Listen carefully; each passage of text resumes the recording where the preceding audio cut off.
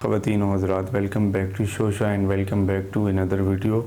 आज पॉडकास्ट तो नहीं है क्योंकि अनस मेरे साथ मौजूद नहीं है, वो कुछ बिज़ी हैं। इस वजह से आई थॉट कि I should do a story. अपनी लाइफ की खौफनाक तरीन कहानी जो है वो शेयर करने जा रहा हूँ। ये कुछ कहानियाँ हैं जो कि मतलब मुझसे रिलेट करती हैं। इस तरह के काफ़ी सारे किस्से ये मेरे साथ मतलब गुज़िश्ता कुछ सालों से जो हुए हैं, शेयर करने जा रहा हूँ। इस कहानी का जो टाइटल है, उन्वान है, वो है बड़ा बोल। और ये कहानी है आज से तकरीबन 4 साल पुरानी, जब मैं अपनी स्कूल की स्टडी को कंप्लीट कर रहा था, मतलब कंप्लीट हो चुकी थी। तो ये उस वक्त की कहानी है। ये कहानी है एक बाइक की कि ज़ीशान नाम के लड़के को बाइक चलाने का बहुत ज़्यादा शौक़ था, लेकिन उसे मैट्रिक से पहले बाइक चलाने की इजाज़त नहीं थी।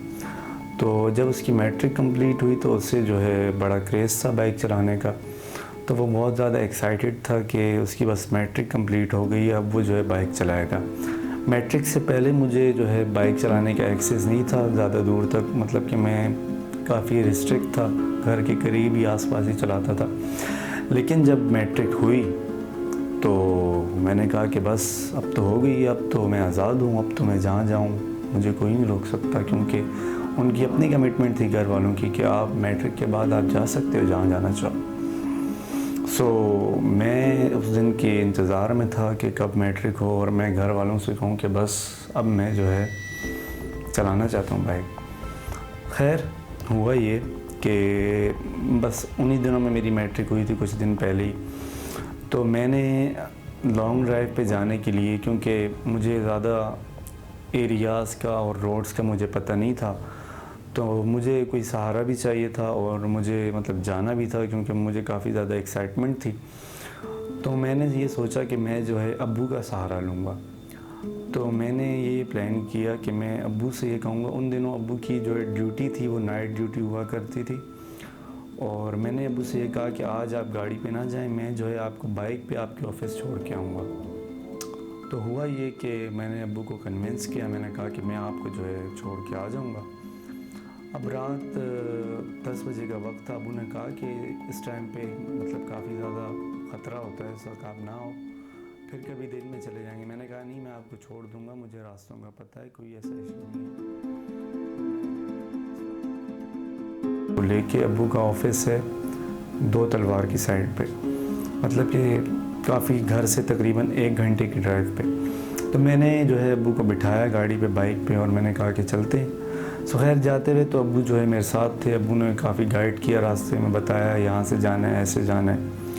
लेकिन वो रास्ता काफ़ी लंबा था। मैं जब जा रहा था, क्योंकि अब्बू उस वक्त तो बता रहे थे, मैं चलाता जा रहा था बाइक को, लेकिन मैं ये सोच रहा था कि ये तो इतना लंबा रास्ता है। तो खैर हुआ ये कि जाते हुए तो मैं जो है अब्बू के साथ जो है अब्बू को मैंने ऑफिस तक छोड़ दिया।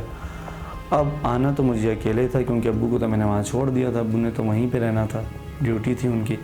तो वहाँ से मैं जो है वापस आने के लिए जो है तैयार हुआ। तो जब मैंने वहाँ से वापसी का सफ़र तय किया, रात मैंने उस वक्त टाइम देखा, 11:15 बजे का टाइम था। तो मैं जो है, अब मुझे आना तो अकेले था, मैं काफ़ी ज़्यादा स्केर्ड भी था, क्योंकि फ़र्स्ट टाइम था और मतलब रास्तों का भी मुझे बिल्कुल पता नहीं था। उस वक्त तो मैंने भरम में आके कह दिया कि मुझे पता है और मैं ले जाऊँगा, लेकिन मुझे पता काफ़ी भी नहीं था। तो खैर मैंने बस गाड़ी स्टार्ट की और अल्लाह का नाम लिया और मैंने किक मारी, चले गए। अब वो आधा रास्ता वो तो मैंने उसे अपने माइंड में नोट कर लिया था कि ये यहाँ पे ग्राउंड है, और इस तरह मैंने करके उसे नोट कर लिया। लेकिन आधे रास्ते में आगे मैं कंफ्यूज हो गया, मुझे ये नहीं पता चल रहा था कि अब मुझे कहाँ जाना है और कहाँ नहीं, क्योंकि वहाँ पे 3 ब्रिज जो है मेरे रास्ते में आ रहे थे। तो अब मुझे उन तीनों को जो है ना क्रॉस करके जाना था। मुझे ये नहीं पता चला कि मुझे कहाँ से जाना है और कहाँ से नहीं। हुआ ऐसा कि मैं जिस रास्ते से जा रहा था वहाँ पे 2 रोड थे। एक जो रोड था वो जा रहा था ब्रिज की साइड पे, और एक ग्राउंड रोड था। अब मुझे जो जाना चाहिए था, वो मेरा जो रास्ता था वो था ग्राउंड वाला रोड।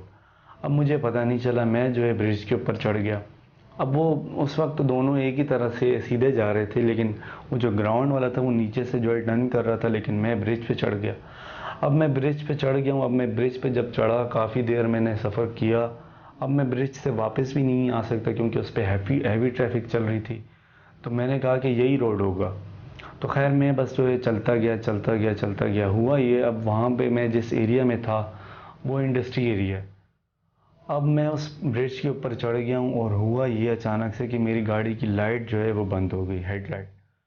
अब मैंने जब ये देखा, और उस वहाँ पे तो पहले ही इतनी ज़्यादा डार्कनेस थी, अंधेरा ही अंधेरा, और ऊपर से मेरी गाड़ी की लाइट बंद हो गई। मैं तो डर गया। मैंने कहा कि ये क्या हो गया, क्योंकि काफ़ी ज़्यादा मैं फर्स्ट टाइम था मेरा, बिल्कुल इस वजह से मैं काफ़ी ज़्यादा जो है डरा हुआ था। तो मेरी गाड़ी की लाइट भी बंद हुई। हुआ ये कि एक जो है बड़ी उस जो गाड़ी होती है लोटस वाली, वो वाली गाड़ी आई, उसमें लाइट्स वगैरह लगी हुई थी। मैं उसके साथ साथ बिल्कुल जो है ना उसी के साथ मैं जा रहा था। तो मैंने कुछ देर उसी के साथ मैंने सफ़र किया। हुआ ये कि अब वो मैं उसी रोड पे जाता जा रहा हूँ, लेकिन वो ख़त्म होने का नाम नहीं ले रहा। मैं काफ़ी परेशान। मैंने जो है उसी रोड पे एक ट्रक वाले, मतलब कुछ लोग थे जो अपनी अपनी गाड़ी को ठीक कर रहे थे। तो मैंने उनके पास अपनी गाड़ी को रोका। मैंने पूछा कि मैं जो है फ़लाँ जगह से आया हूँ और मुझे जो है वहाँ जाना है, मैं अभी आप मुझे ये बताएं कि मैं किस जगह पे हूँ। तो उन्होंने मुझे ये कहा कि आप थोड़ी देर अगर और सफ़र करते तो आप जो है बलूचिस्तान पहुँच जाते, आप इस वक्त जो है हब वाले रोड पे। मैंने जब ये बात सुनी, मेरी तो जो है होश जो है वो उड़ गए, ये सुन के कि मैं कहाँ जाना है और मैं बलूचिस्तान की तरफ रवां दवा। तो खैर मैंने जब ये चीज़ देखी तो मैं तो इतना डर गया था। एक तो अंधेरा, कोई आसपास कोई था नहीं, और बिल्कुल जो है मतलब कि बहुत ज़्यादा जो है मैं उस वक्त डरा हुआ था। तो खैर मैंने अब उनसे पूछा कि अब मुझे यहाँ से वापस कैसे जाना चाहिए, मेरा घर इस जगह पे। मैंने उनको अपना एड्रेस बताया। तो उन्होंने कहा कि आपने जो है यही रोड बिल्कुल सीधा जाना है, और वहाँ आगे जाके एक ब्रिज जाएगा, आपने उसके जो नीचे रोड जा रहा होगा आपने उस रोड से जाना है। तो वो बात तो मैंने समझ ली, लेकिन मैंने उस वक्त क्या हुआ मैंने सोचा कि अपनी गाड़ी में चेक करूं कि पेट्रोल है या नहीं। तो मैंने उनसे कहा कि मैंने उनसे लाइट ली, और मैंने जब गाड़ी में चेक किया तो गाड़ी में पेट्रोल भी बिल्कुल नहीं। अब मैंने जब ये देखा तो मैं और ज़्यादा परेशान हो गया कि मेरी गाड़ी में पेट्रोल भी नहीं है। तो मैं अब उस रोड पे ना कोई पेट्रोल पंप, एक तो बिल्कुल अंधेरा। तो मैंने उस ट्रक वाले से कहा कि आपके पास पेट्रोल वगैरह है या नहीं, क्योंकि मैं तो इस वक्त तो रोड के ऊपर कुछ भी नहीं, अगर देखें आपके पास हो, क्योंकि वो भी गाड़ी वाले थे। तो खैर उन्होंने अपनी गाड़ी ट्रक में जाके देखा तो वहाँ पे उनको एक पेट्रोल, एक ड्रम के अंदर उन्होंने थोड़ा सा पेट्रोल उनके पास था, उन्होंने मुझे दिया, कहा कि ये आप अपनी गाड़ी में डालें। तो मैंने उनसे पेट्रोल लेके अपनी गाड़ी में डाला, और मैं जो है उस वक्त मुझे थोड़ा सा सांस आने लगा जब मैंने उनके पास देखा कि पेट्रोल है। तो उस वक्त मैं फुली तौर पे ये समझ गया कि ये जो है अल्लाह की तरफ से मुझे मदद मिली है, क्योंकि उस रोड के ऊपर ना पेट्रोल पंप और ना कोई बाइक वाला, ट्रक वाले के पास पेट्रोल का कोई काम मतलब कोई बनता ही नहीं है, क्योंकि उनका तो उनकी गाड़ी डीजल पे चलती है, लेकिन उनके पास जो है कुदरती तौर पर उस वक्त पेट्रोल मौजूद था। तो मैं जो है उनसे मैंने पेट्रोल लिया। मैंने उनकी बड़ी जो है उस वक्त मैंने कहा कि बहुत शुक्रिया, आपने जो है मेरी मदद की। तो हुआ ये कि मैंने उनसे रोड का मैंने पूछ लिया, और मैं जो है मैंने दोबारा गाड़ी स्टार्ट की और मैं जो है रवां दवा हुआ अपने रास्ते पे। तो रात तकरीबन उस वक्त एक बजे का वक्त था, 1 या सवा 1 बज रहे थे। तो मैंने जो है वहीं से अपनी जर्नी दोबारा स्टार्ट की। तो अब मेरी गाड़ी पे लाइट वगैरह बिल्कुल भी नहीं थी, अंधेरा अंधेरा। मैं आहिस्ता आहिस्ता चलाते जो है अल्लाह अल्लाह करके उस जगह पे, उस ब्रिज पे पहुंचा जहाँ से मैंने रॉन्ग टर्न मैंने लिया था। वहाँ पे मैंने जाके फिर दोबारा कंफर्मेशन की, किसी से पूछा कि अब मुझे कहाँ जाना चाहिए। उन्होंने मुझे बताया कि आप यही रोड बिल्कुल सीधा जाएंगे, वहाँ पे आपको आगे जाके आपको जो एक चौक नज़र आएगा, वहाँ आप जाएंगे तो आप किसी से पूछ लेना। तो मैं आहिस्ता आहिस्ता करते करते लोगों से पूछते जो है रात 2 सवा 2 बजे जाके अपने घर पहुँचा। घर जब मैं पहुँचा, अम्मी भी जो है दरवाज़े पे खड़ी हुई थी परेशान, और उस वक्त मेरे पास मोबाइल फ़ोन भी नहीं था। मैं जब घर पे पहुँचा मैंने कहा कि या अल्लाह तेरा शुक्र है, तूने मुझे खैर व आफियत से पहुँचा दिया।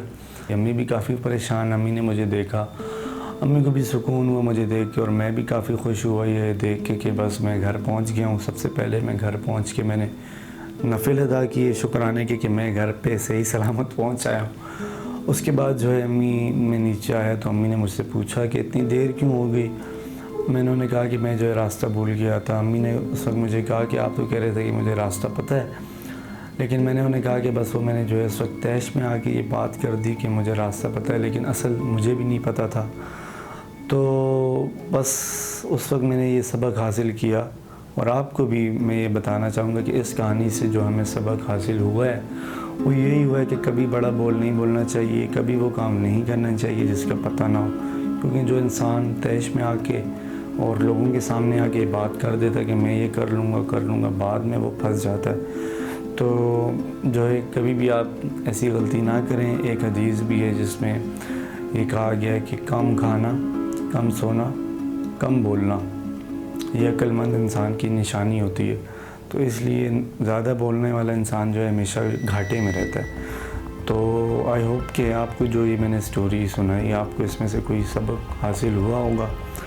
सो अगर आपको ये पसंद आई तो इसे लाइक कीजिएगा और चैनल को सब्सक्राइब करें। इंशाल्लाह मिलेंगे जल्दी न्यू वीडियो के साथ। अल्लाह हाफ़िज़।